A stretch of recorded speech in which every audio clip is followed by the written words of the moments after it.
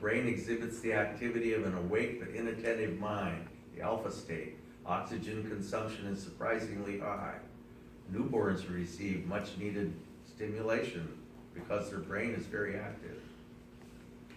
So, and they sleep a lot. Larger animals require less sleep than smaller animals, probably because larger animals possess a slower metabolism and they produce less free radicals. Okay? So this shows, you know, humans, we say, need 8 hours a night, and little animals need more. Okay? And big animals need not much at all.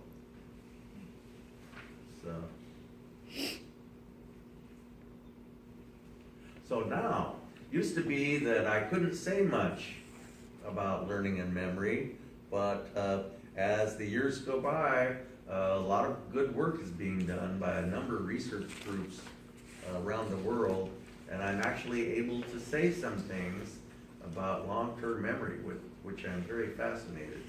Short-term memory, we've linked to reverberating circuits, okay? And that, you know, sort of rattle the impulse around for a while, and it just sort of slowly dies out.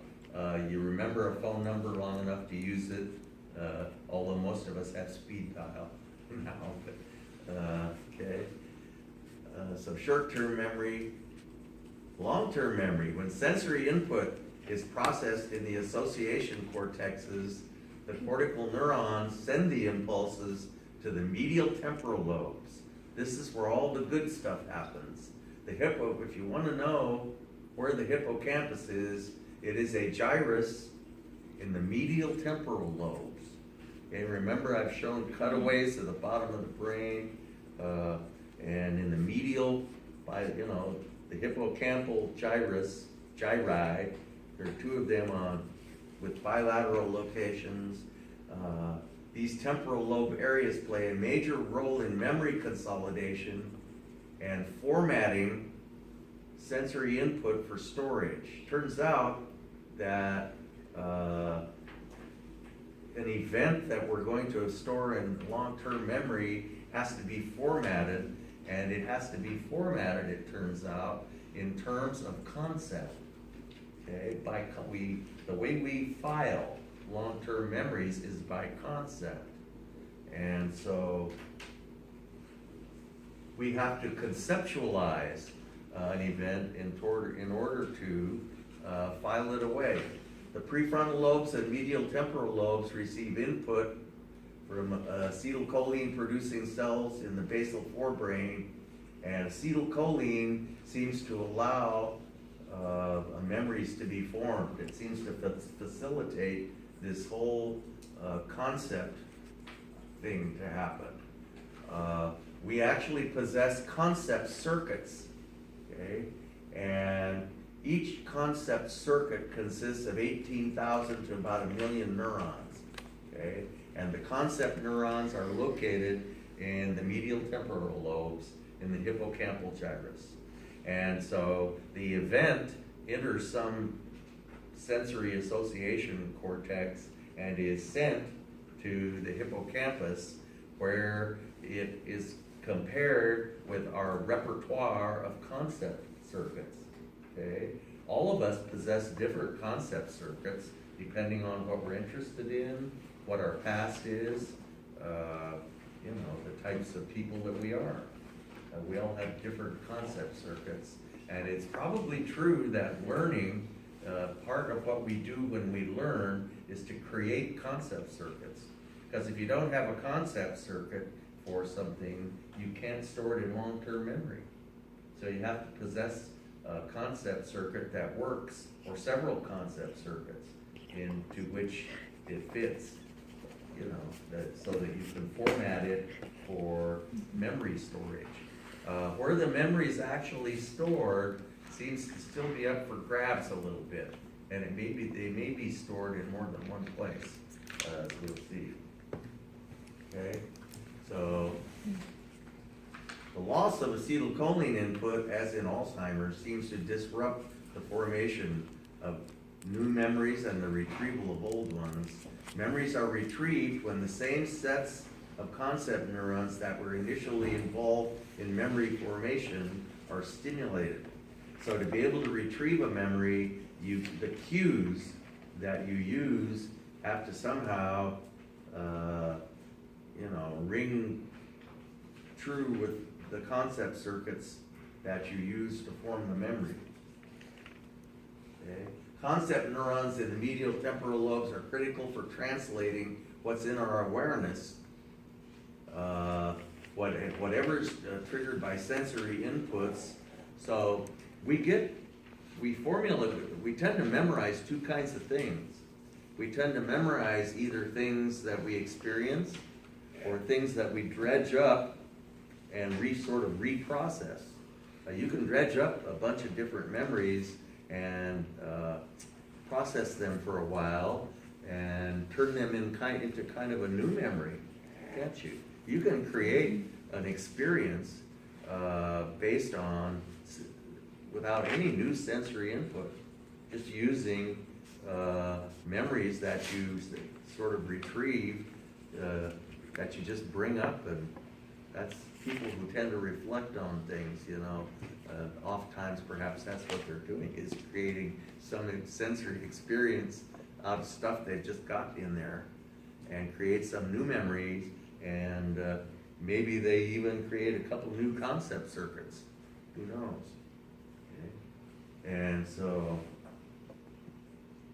a patient, this was an experiment that evidently someone, I can't believe they would do this to someone, but maybe this was done by accident or in an accident or something. After surgery, he could still or maybe it was a tumor, it's more likely what it was. And after the surgery, he could still recognize people and objects and remember events he had known before the surgery, but I don't know why it was unexpected that he could no longer make new long-lasting memories. That shouldn't be any big surprise. Anyway, that's what it said. Okay, and we're talking about declarative memory. Okay, learning explicit information, names, faces, words, dates, experiences, those kinds of things. And what we do is those things enter in various association cortexes. Remember where all these association cortexes are. Okay, vision is back here, and hearing is in the temporal lobes, and touch is in the somatic sensory cortex, and smell is in the insula and all that. But it has to all get sent back to the hippocampus, where it is conceptualized and then formatted and stored according to concept. Okay? And so sensory input and the medial temporal lobe, acetylcholine is put into it. It's and prefrontal cortex, basal forebrain gives you acetylcholine. And we may think about it for a little while, but it's conceptualized. And one theory is then it is stored in the association cortex that it came in on, because that would be the easiest way for it to be dredged back up. Okay. Another theory is that it's stored in the hippocampus, or a closely related structure. Could be that depending on what type of concepts were triggered, it could be stored in both places, or one or the other. And so, okay. So sensory events fire aggregations of concept circuits. Many events fire more than one circuit, and this is what allows us to make associations. You know what associations mean? To see the relationship between one event and another is making an association. If one event triggers several concept circuits, you can all of a sudden see how that event, is related to other events you've experienced. You can associate it with various other concepts. Okay. So you have to be able to conceptualize it. And so this is just supposed to be concept circuits, and depending on what you're interested in, I don't think I have any of these concept circuits, but so if you see an image of Luke Skywalker, I don't think I have a Luke Skywalker concept circuit, but I might. So you could see a picture of his face or a picture of his body, and it would still stimulate the same circuit. And so you'd get similar activity in that circuit, and it would be formatted according to that concept and filed away according to the Luke Skywalker concept. If instead you saw an image of Yoda, it would rattle around that circuit and you would format it according to the Yoda concept. Maybe you'd even see the association between the two. Certainly I can't see that there'd be any association between Jennifer Aniston and Yoda, but you know, why they tossed that in there, I'm not sure, but just illustrating, you know, that different people have different repertoires of concept circuits, and that makes us who we are.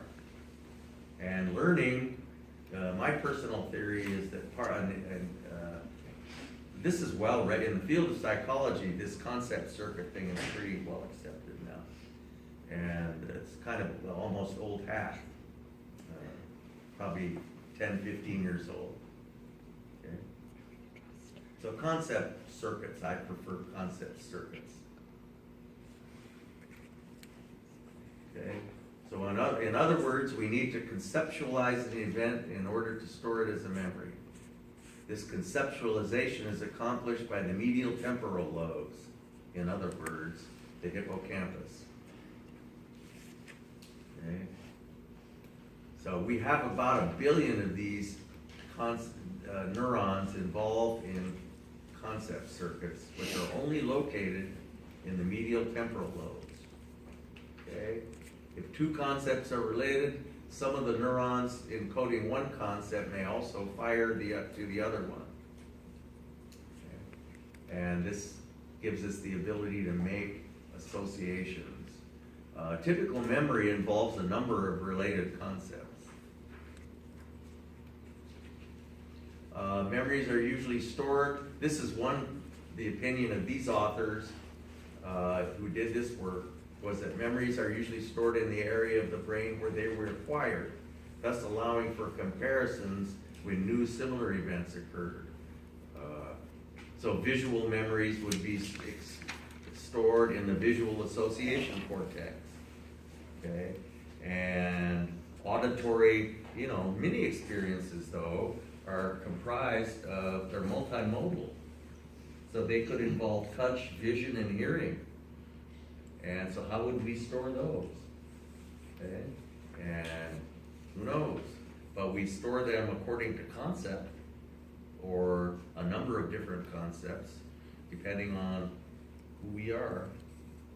And so that seems to be for sure. New research has shown that memories may also be stored in the dentate gyrus, which is just adjacent to the hippocampus.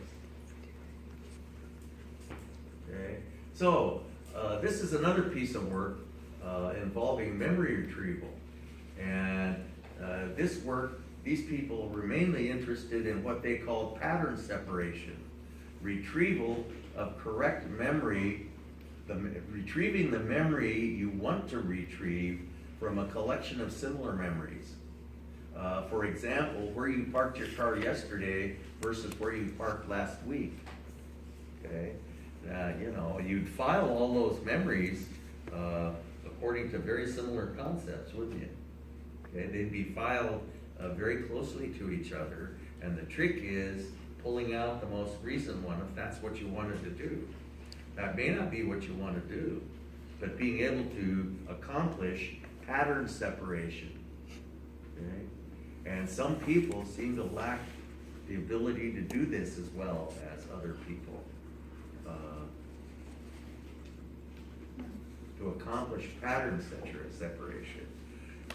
Most of us have learned that neurons are incapable of regeneration. Well, guess what? There's one place in our brain where we can make new neurons, okay? And we make a bunch of new ones every day.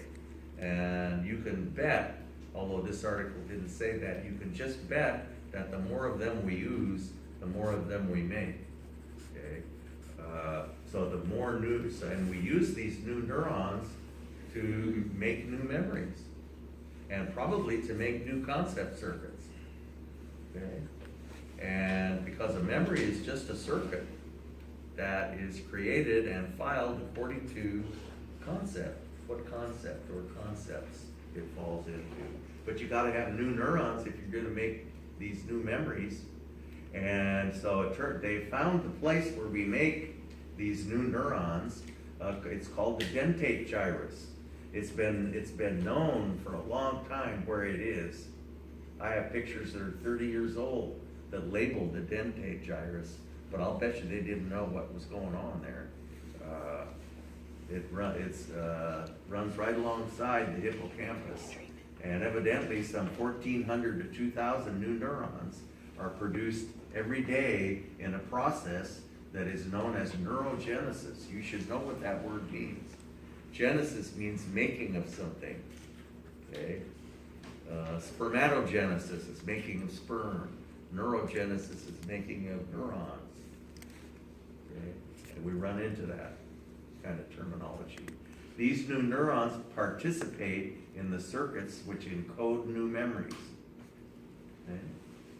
And if you don't make, it's believed that in people who don't make very many new neurons, don't have the ability to accomplish pattern separation as well. If you pull up the wrong memory, it's not going to be a happy event.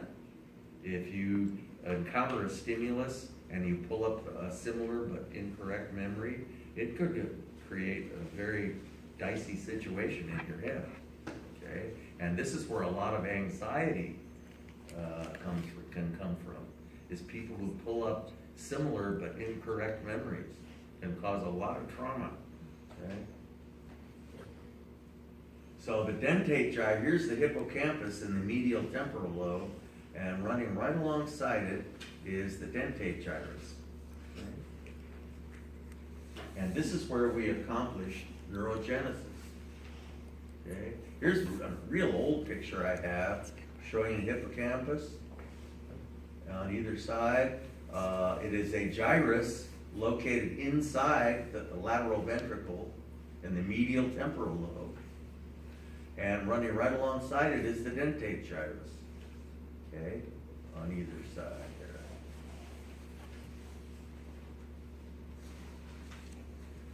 there. And here we see another picture of dentate gyrus, okay. I think it's that one there, yeah. There's the hippocampus. Good picture. And there's an axial slice to the temporal horn of the lateral ventricle showing the hippocampus, and right alongside it, the dentate gyrus.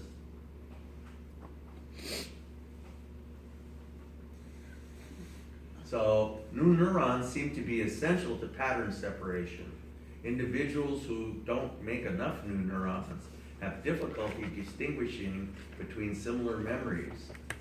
And this difficulty is likely pivotal in folks who have anxiety disorders and anxiety attacks and things like that, are probably pulling up similar but incorrect memories that are creating huge trauma for them. Okay, post-traumatic stress syndrome is one disorder that they're looking at in terms of pattern separation. Consider a veteran who's picnicking in the park. The veteran suddenly hears a car backfire. The veteran cannot distinguish the harmless event from a frightening traumatic war event. Okay, could cause a huge amount of anxiety. Could be that trauma in encountered by this person, and his bad experiences damaged his ability to accomplish neurogenesis. So, new neurons, it's thought that new neurons associated with a memory exert an inhibitory influence over similar but older, slightly different memories. Okay? So if you have a whole bunch of new neurons, maybe even the new neurons that are involved in the new memory tend to inhibit the retrieval of older ones. You have to work a little harder to get the older ones. Okay? And some individuals possess insufficient stem cells in the dentate gyrus to make these new neurons and perform insufficient neurogenesis. See, and they lack the ability to distinguish between similar memories and could be more susceptible to anxiety disorders. So this is kind of a cool picture once you learn how to read it. You may have to look at it for a while, but here's a section of the dentate gyrus, okay? And here's sensory input to the dentate gyrus. And so here's the dentate gyrus of this person has a whole bunch of new neurons, and the new neurons stimulate inhibitory neurons that kind of exert a calming effect on the memories that are stored there. And so when this new sensory input comes in, here's the memory circuit that's involved with one similar memory, and this is the memory circuit that's involved with the current memory. And so these are the two memories that are pulled up when this one is recognized as older. This is the older unpleasant one, okay? Because notice this little ducky has horns or whatever. And this one doesn't, okay? And so this person is a healthy person, can recognize the new stimulus is a non-threatening sort of thing. He pulls up, a memory that's not confusing. On the other hand, consider the individual who doesn't have very many new neurons, and so you don't get this quieting effect of the memory circuits, and it's all kind of jumbled in there, and so this person pulls up a mixed memory of the unpleasant old one and the new one, and can't accomplish pattern separation between the two of them. And so it's scary. See?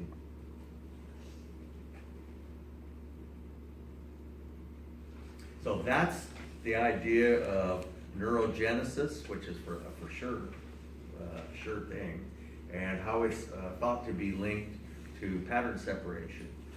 Okay, so that's that topic. And finally, the latest one, this work just came out, and the people that did this won the Nobel Prize for it in 2014.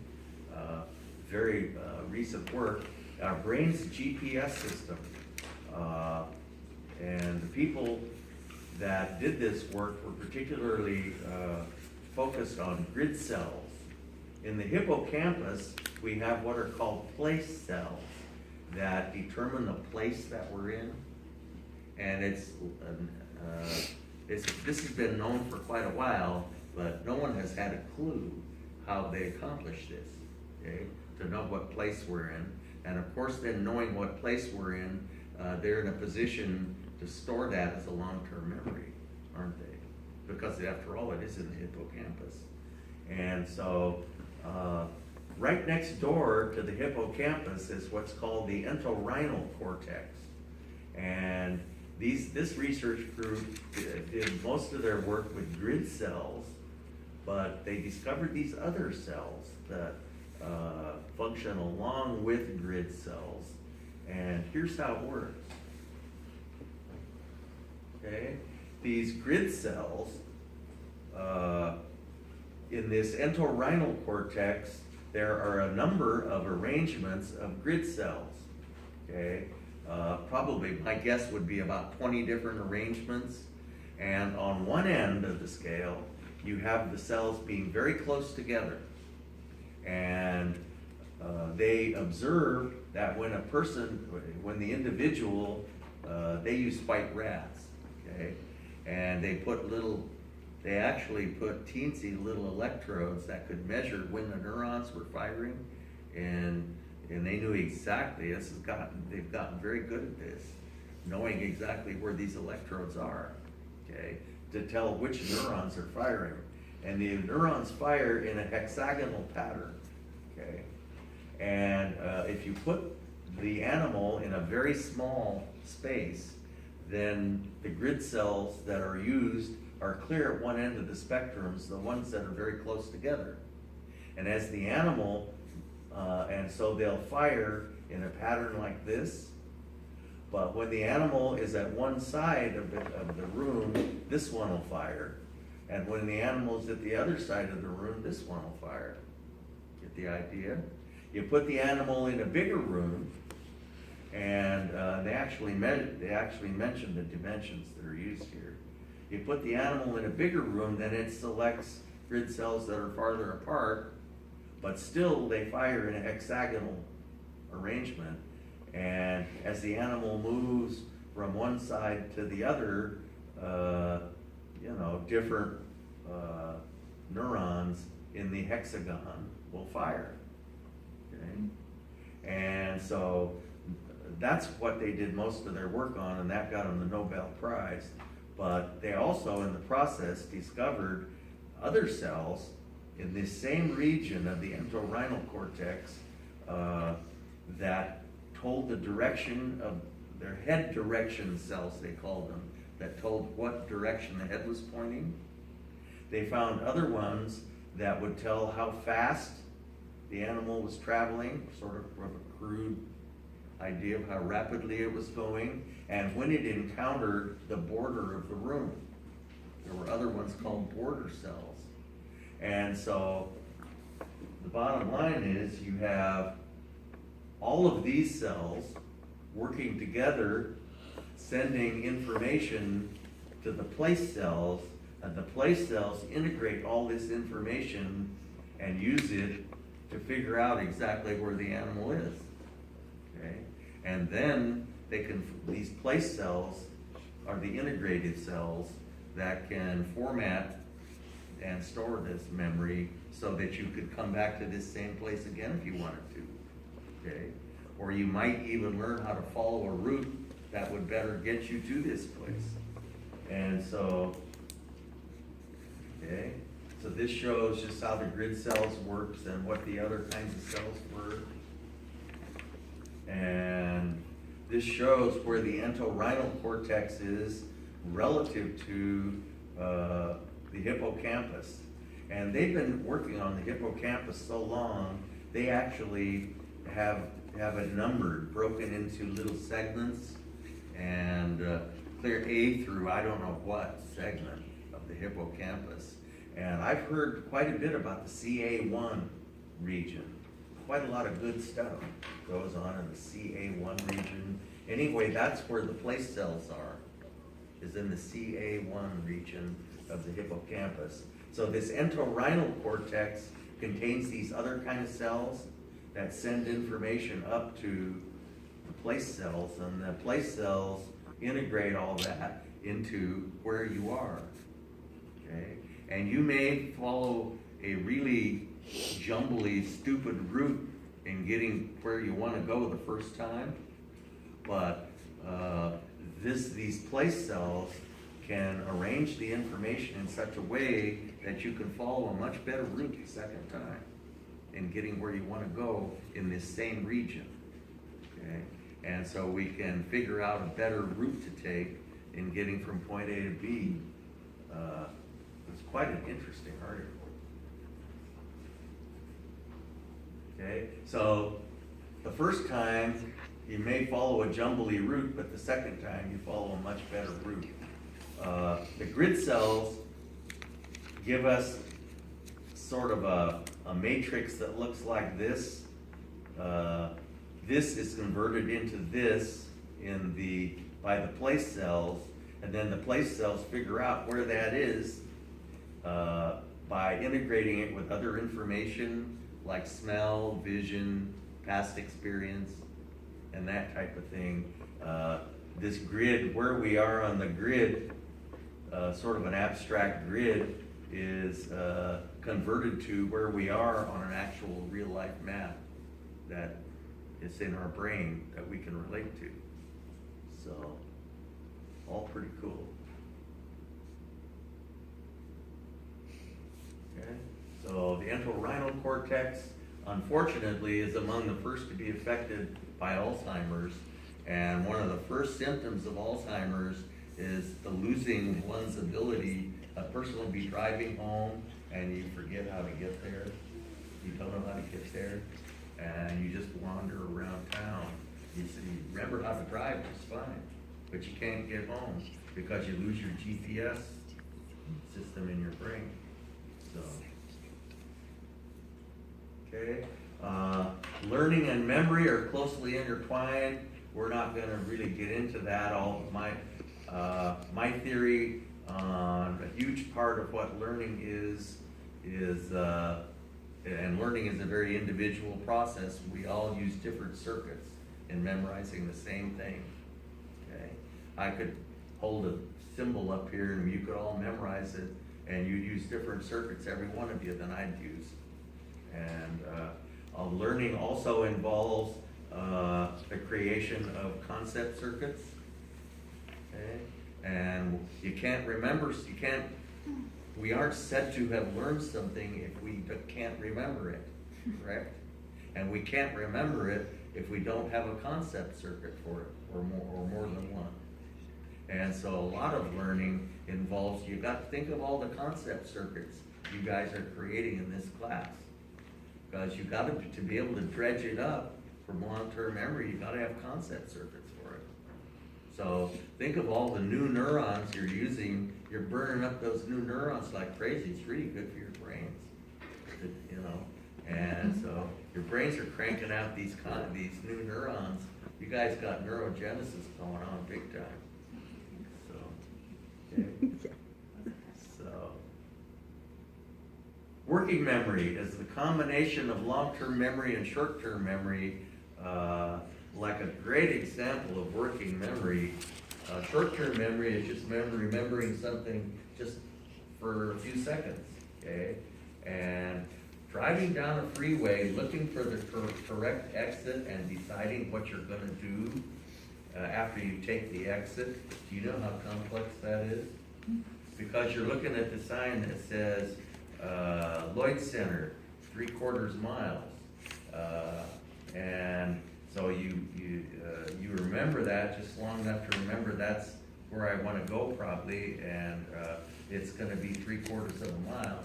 And at the same time, you're pulling up long-term memory saying, what am I going to do when I get on it?